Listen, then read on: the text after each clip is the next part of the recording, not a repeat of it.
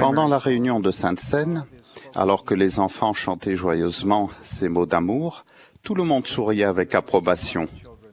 Une mère courageuse élevant 5 enfants écoutait attentivement le deuxième couplet.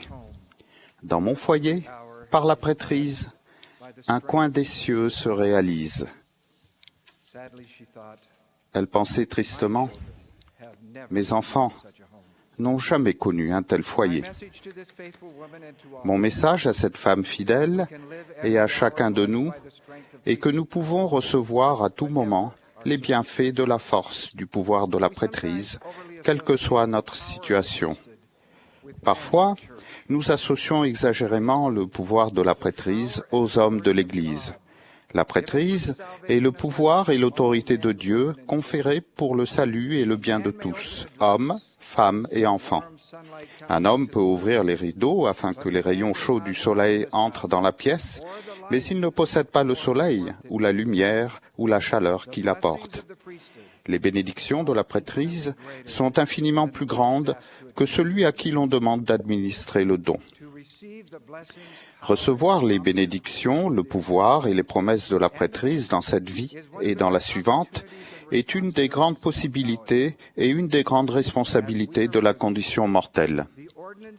Lorsque nous sommes dignes, les ordonnances de la prêtrise enrichissent notre vie sur terre et nous préparent aux promesses magnifiques du monde à venir. Le Seigneur a dit, « Le pouvoir de la divinité se manifeste dans ces ordonnances. » Il y a des bénédictions spéciales de Dieu pour toutes les personnes dignes qui sont baptisées, reçoivent le Saint-Esprit et prennent régulièrement la Sainte Seine. Le Temple apporte davantage de lumière et de force, ainsi que la promesse de la vie éternelle. Ces bénédictions deviennent plus nombreuses quand nous respectons les commandements et que nous augmentons notre foi en Jésus-Christ. Toutes les ordonnances nous invitent à faire grandir notre foi en Jésus-Christ et à contracter des alliances avec Dieu et à les respecter. En respectant ces alliances sacrées, nous recevons le pouvoir et les bénédictions de la prêtrise. Ne ressentons-nous pas ce pouvoir de la prêtrise dans notre vie personnelle et ne le voyons-nous pas parmi les membres de l'Église qui respectent leurs alliances? Nous le voyons chez les nouveaux convertis, lorsqu'ils sortent des eaux du baptême, se sentant pardonnés et purifiés. Nous voyons nos enfants et nos jeunes plus sensibles à l'inspiration et à la direction du Saint-Esprit. Nous voyons les ordonnances du Temple devenir un symbole de force et de lumière pour les hommes et les femmes justes du monde entier. Le mois passé, j'ai vu un jeune couple puiser une force immense dans les promesses du scellement du Temple, alors que leur précieux fils nouveau-né n'a vécu qu'une semaine. Grâce aux ordonnances de la prêtrise, nous recevons le réconfort, la force, la perspective, la protection, la paix et des promesses éternelles.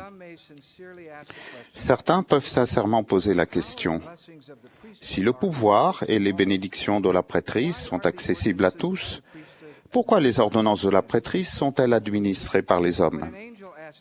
Quand un ange a demandé à Néphi, « Connais-tu la condescendance de Dieu ?»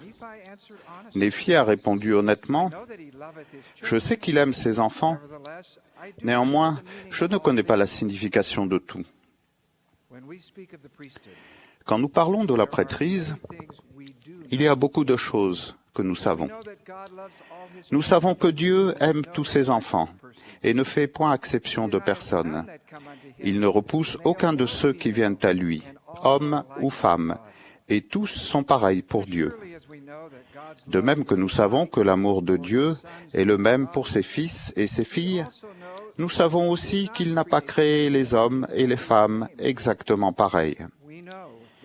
Nous savons que le genre masculin ou féminin est une caractéristique essentielle à la fois de notre identité et de notre raison d'être mortelle et éternelle. Des responsabilités sacrées sont données à chaque sexe. Nous savons que dès le début, le Seigneur a établi la façon dont la prêtrise serait administrée. La prêtrise a été donnée en premier lieu à Adam. Noé, Abraham et Moïse ont tous administré les ordonnances de la prêtrise. Jésus-Christ est le grand souverain sacrificateur.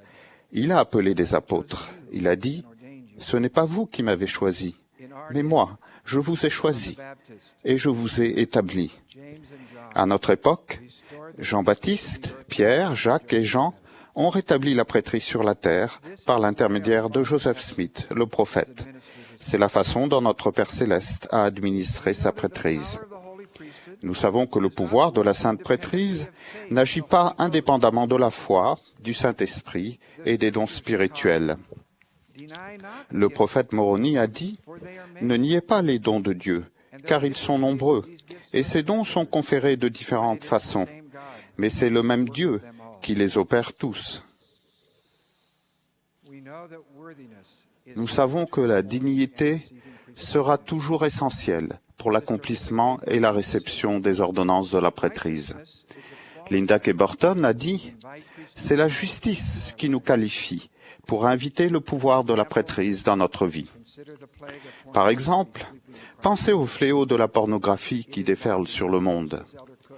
Les normes de dignité du Seigneur ne laissent aucune place à la pornographie parmi les frères qui officient dans les ordonnances de la prêtrise.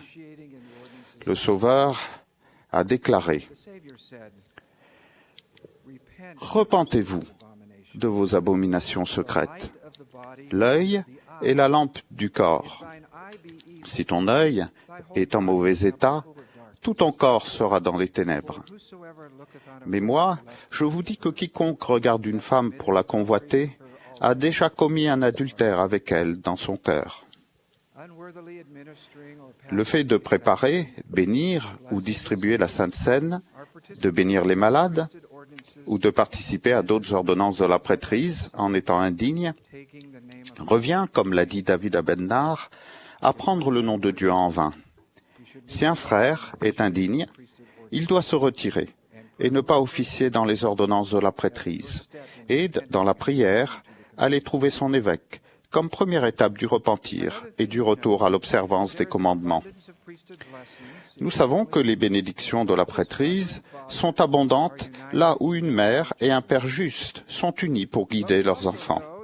Mais nous savons aussi que Dieu s'empresse d'offrir ces mêmes bénédictions aux personnes qui sont dans de nombreuses autres situations. Une mère qui porte le poids de subvenir à la fois spirituellement et temporellement aux besoins de sa famille explique avec sensibilité qu'appeler ses instructeurs au foyer pour bénir un de ses enfants exige de l'humilité de sa part. Mais elle ajoute pertinemment que cela n'exige pas plus d'humilité de sa part que celle de ses instructeurs au foyer lorsqu'il se prépare à bénir son enfant. Nous savons que les clés de la prêtrise, détenues par les membres de la première présidence et du Collège des 12 apôtres, dirigent l'œuvre du Seigneur sur la terre. Des clés particulières de la prêtrise sont conférées aux présidents de pieux et aux évêques pour leurs responsabilités géographiques.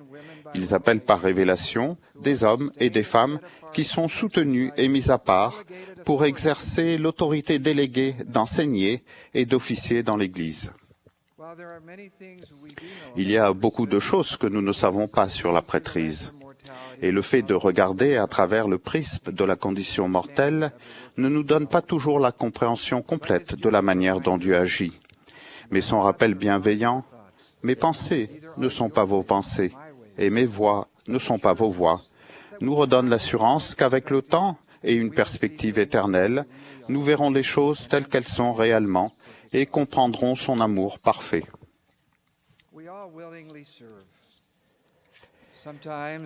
C'est quelque chose que j'ai appris. Au début de mon mariage. Cathy et moi vivions en Floride. Un dimanche, un conseiller dans la présidence de Pieux m'a expliqué qu'il sentait d'appeler Cathy comme instructrice du séminaire matinal. J'ai demandé « Comment allons-nous y arriver ? Nous avons de jeunes enfants.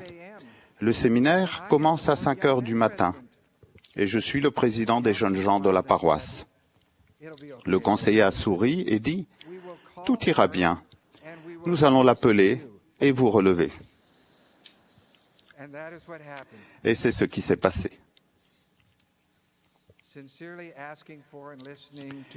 Il est essentiel dans la vie, le mariage et dans l'édification du royaume de Dieu de demander et d'écouter sincèrement les pensées et les préoccupations exprimées par les femmes. Il y a 20 ans, au cours de la conférence générale, M. Russell Ballard a rapporté une conversation qu'il avait eue avec la présidente générale de la Société de secours. Il était question de renforcer la dignité des jeunes qui se préparaient à faire une mission. Hélène Jacques a dit avec un sourire, « Vous savez, frère Ballard, les femmes de l'Église pourraient avoir de bonnes idées, si on leur pose la question. Après tout, c'est nous, leur mère. » Sa vie durant, le président Monson a demandé aux femmes quelles étaient leurs préoccupations et y a répondu. La femme qui l'a le plus influencée est Frances Monson. Elle nous manque beaucoup. Le président Monson a aussi rappelé le mois dernier encore aux autorités générales combien il a appris des 84 veuves de sa paroisse. Elles ont grandement influencé son service comme évêque et sa vie entière. Il n'est pas surprenant qu'avant la décision qu'a prise le président Monson dans la prière concernant le changement d'âge pour le service missionnaire, il y ait eu de nombreuses discussions avec les présidents généraux de la Société de secours, des jeunes filles et de la primaire. Évêque, en suivant l'exemple du président Monson, vous sentirez encore plus abondamment la main du Seigneur vous guider et bénir l'œuvre sacrée que vous accomplissez. Nous avons vécu plusieurs années au Brésil. Peu de temps après notre arrivée, j'ai rencontré Adelson Parella, qui était membre des 70, et son frère Adilson, qui faisait partie de notre présidence de Pieux. Plus tard, j'ai rencontré le frère Adalton, qui était président de Pieux à Florianopolis, et un autre frère, Adelmo, qui était évêque. J'ai été impressionné par la foi de ces frères et je leur ai posé des questions sur leurs parents. La famille a été baptisée à Santo, au Brésil, il y a 42 ans. Adilson Parella nous a raconté « Au début, notre père semblait très enthousiaste de se joindre à l'Église, mais au bout de peu de temps, il est devenu non pratiquant et a demandé à notre mère de ne pas aller à l'Église. Adilson m'a dit que sa mère faisait des travaux de couture pour les voisins afin de payer le bus pour que ses enfants aillent à l'église. Les 4 petits garçons faisaient près de 2 kilomètres à pied jusqu'à une autre localité, prenaient le bus pendant 45 minutes, puis marchaient encore 20 minutes jusqu'à l'église. Bien que ne pouvant pas se rendre à l'église avec ses enfants, Sœur Parella lisait les Écritures avec ses fils et ses filles, leur enseignait l'Évangile et priait avec eux. Leur humble foyer était rempli des grandes bénédictions du pouvoir de la prêtrise. Les petits garçons ont grandi, ont fait une mission, des études et se sont mariés au temple. Les bénédictions de la prêtrise ont rempli leur foyer. Des années plus tard, alors sœur seule, Vanni de Paula Parella est entrée dans le temple pour recevoir sa dotation personnelle et par la suite a fait 3 missions au Brésil. Maintenant, à 84 ans, elle continue, par sa foi, de faire du bien aux générations qui la suivent. Le pouvoir de la sainte prêtrise de Dieu se trouve dans l'Église de Jésus-Christ des saints des derniers jours. Lorsque vous participez dignement aux ordonnances de la prêtrise, le Seigneur vous donne davantage de force, de paix et une plus grande perspective éternelle. Quelle que soit votre situation, votre foyer recevra les bienfaits de la force du pouvoir de la prêtrise, et vos proches désireront davantage ces bénédictions pour eux-mêmes. Nous, hommes et femmes, frères et sœurs, fils et filles de Dieu, avançons ensemble. C'est notre chance, notre responsabilité et notre bénédiction. C'est notre destinée de préparer le royaume de Dieu pour le retour du Sauveur. Au nom de Jésus-Christ, Amen.